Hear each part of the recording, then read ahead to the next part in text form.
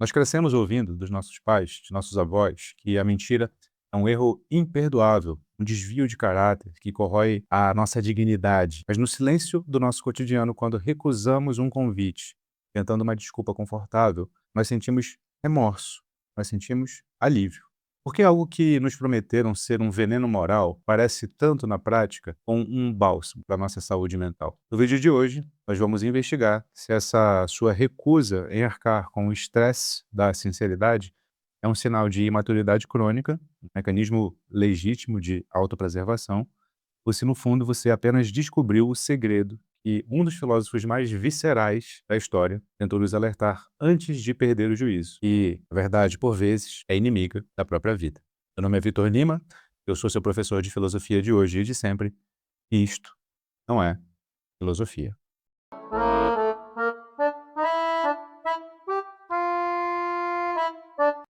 Essa aula aberta faz parte de uma sequência de aulas de aquecimento para o nosso evento, o Paradoxo da Estante Cheia, em que eu vou discutir por que mais conhecimento não necessariamente se traduz em mais paz interior e mais sabedoria. Esse assunto é uma das dores mais presentes aqui nos comentários que eu vejo no YouTube, as dúvidas dos meus alunos, e é por isso que eu resolvi fazer um evento inteiro sobre isso. Nesse evento eu vou fazer uma das maiores promoções do ano para entrar no núcleo de formação filosófica. E se você já está convencido de que você quer entrar antes de todo mundo e não perder essa oportunidade, eu sugiro que você clique no link aqui abaixo e se inscreva no nosso grupo VIP de WhatsApp. Lá eu vou liberar o acesso antes de todo mundo e com um preço especial. O link está aqui na descrição do vídeo, no primeiro comentário fixado. Dado o recado, vamos voltar à aula.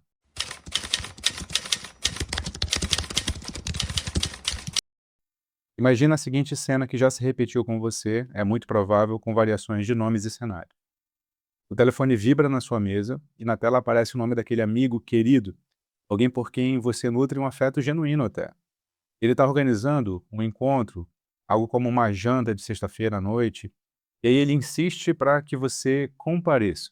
Acontece que você teve uma semana exaustiva, seu corpo clama por isolamento do seu próprio quarto e manter a perspectiva de socializar causa em você um cansaço físico. Nesse instante, abre-se um abismo diante de você. Dizer a verdade crua, explicar que você simplesmente prefere a sua própria companhia à dele naquela noite, corre o risco de soar como uma desfeita, plantar uma semente de rancor, ou até de incompreensão que vai perturbar a amizade para sempre. O que você faz então? Você digita que surgiu um imprevisto de trabalho, que você já tem um compromisso de família, ou que está se sentindo indisposto. E aí você envia a mensagem. O amigo responde com um lamento carinhoso e de repente o mundo volta a ficar calmo. Você não se sente uma pessoa ruim por ter feito isso, não há um peso no peito, não há sensação de ter traído um pacto sagrado com a humanidade, há apenas o silêncio confortável do seu quarto preservado.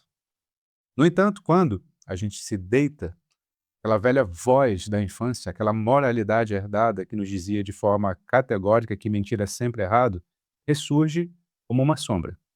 É nesse ponto que a nossa mente começa a se interrogar se nós não estaríamos sendo profundamente imaturos. Esse nosso movimento de fuga não seria uma tentativa covarde de tirar de nós mesmos o peso da responsabilidade de arcar com as nossas consequências, com as escolhas conscientes que nós temos que ter na vida.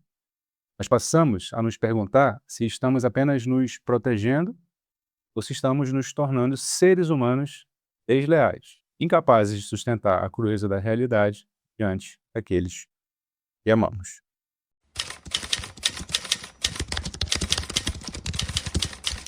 Para compreendermos o tamanho desse impasse, nós precisamos recorrer a um homem que viveu na pele o isolamento mais radical por não conseguir compactuar com as mentiras convenientes da sua época. Friedrich Nietzsche passou a segunda metade do século XIX perambulando por pensões baratas na Suíça e na Itália, carregando uma saúde frágil, olhos que mal suportavam a luz do dia e uma solidão que lhe dilacerava a alma. Nietzsche era um homem que não sabia fingir. Quando ele percebeu que a cultura alemã, que a religião e a própria filosofia de seu tempo estavam fundadas sobre ilusões hipócritas, ele não escolheu o silêncio diplomático.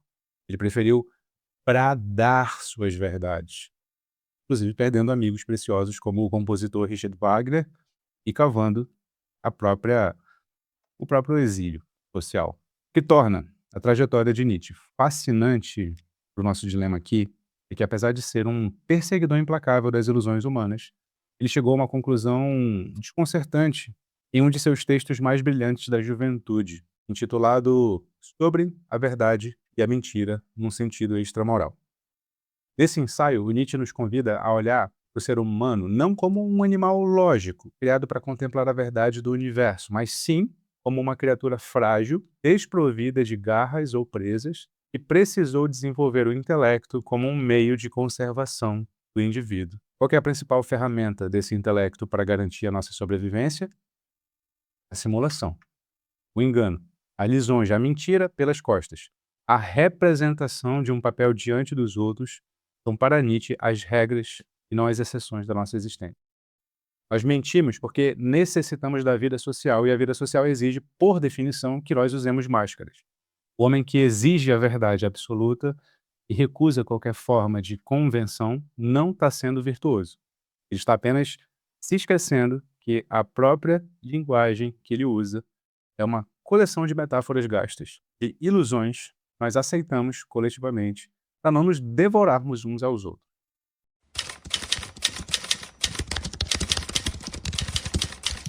No entanto, seria fácil demais encerrar a nossa conversa nos abrigando sob as asas de Nietzsche e decretando que todas as nossas pequenas mentiras sociais são justificáveis em nome da pretensa sobrevivência do nosso bem-estar. Nós precisamos ter honestidade intelectual de acolher outra parte da sua dúvida, aquela que sussurra que você pode estar fugindo da responsabilidade. É aqui que o cenário ganha contornos mais densos. Nós trouxermos para o diálogo o existencialismo de Jean-Paul Sartre. Para Sartre, o ser humano é caracterizado por uma liberdade radical, uma liberdade que não nos dá trégua, porque nós estamos condenados a escolher, a cada instante, quem nós somos. E com essa liberdade vem o peso esmagador da responsabilidade. Quando você mente para o seu amigo dizendo que está ocupado apenas para não gerar um rancor, de quem você está realmente cuidando? É do sentimento dele ou é da sua própria imagem diante dele? Sartre cunhou o conceito de má-fé, certo?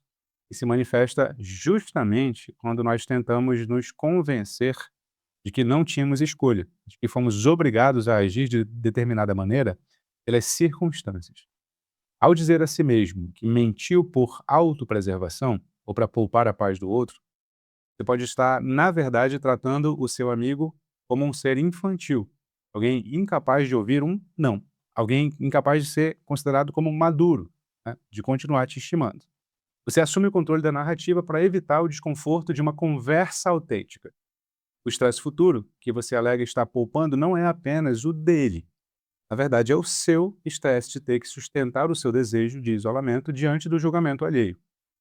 A mentira conveniente, sob essa ótica, funciona como um anestésico, nos livra temporariamente da angústia de sermos inteiramente responsáveis pelo impacto de nossa liberdade no mundo.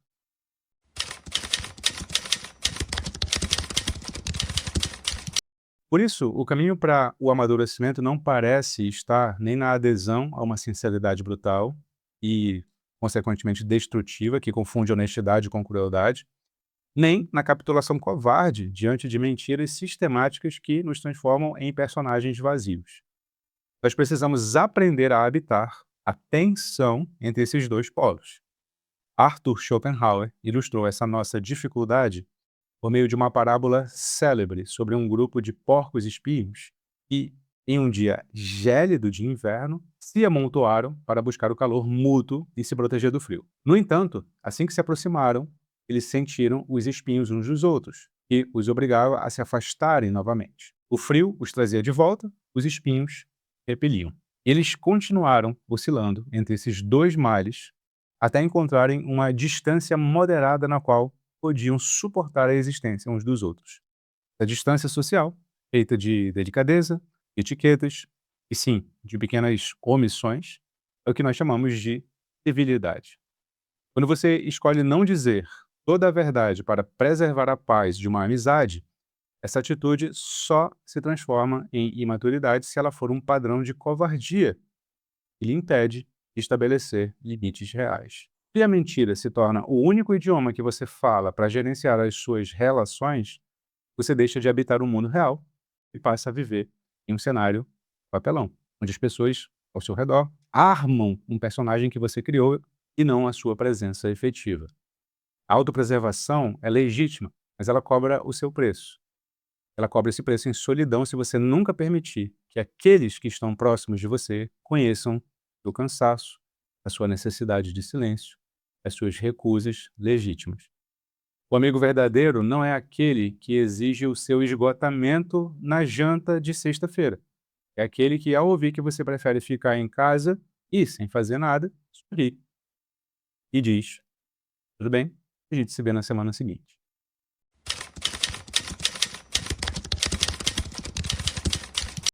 Chega o momento, portanto, de transferir o peso dessa reflexão para o único lugar onde ele pode de fato produzir algum sentido: a sua própria consciência, sua própria vida.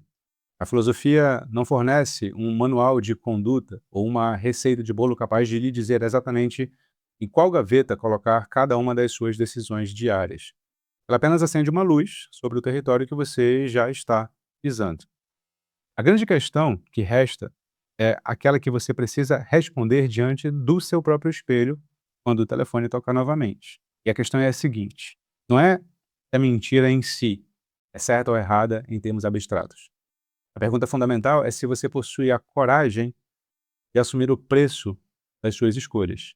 Se você decide mentir para manter a paz, faça sabendo que o que está escolhendo é a ilusão em nome do conforto. E arque com o peso de sustentar essa máscara sem a desculpa de que foi obrigado a isso. Você decide dizer a verdade, faça-o sabendo. E a autenticidade exige suportar o risco do conflito e da rejeição. O que não nos é permitido, se quisermos uma vida que vale a pena ser vivida, é flutuar pelo mundo como folhas ao vento, usando as pessoas como espectadores de um teatro que nós mesmos ensinamos por medo da crueza da realidade. No final das contas, a paz que você tanto busca proteger na sua vida é um território legítimo até. Resta apenas saber se esse território está sendo construído sobre o solo firme da sua verdade ou sobre as areias movediças daquilo que você finge ser para não ter que enfrentar o mundo como ele realmente se apresenta.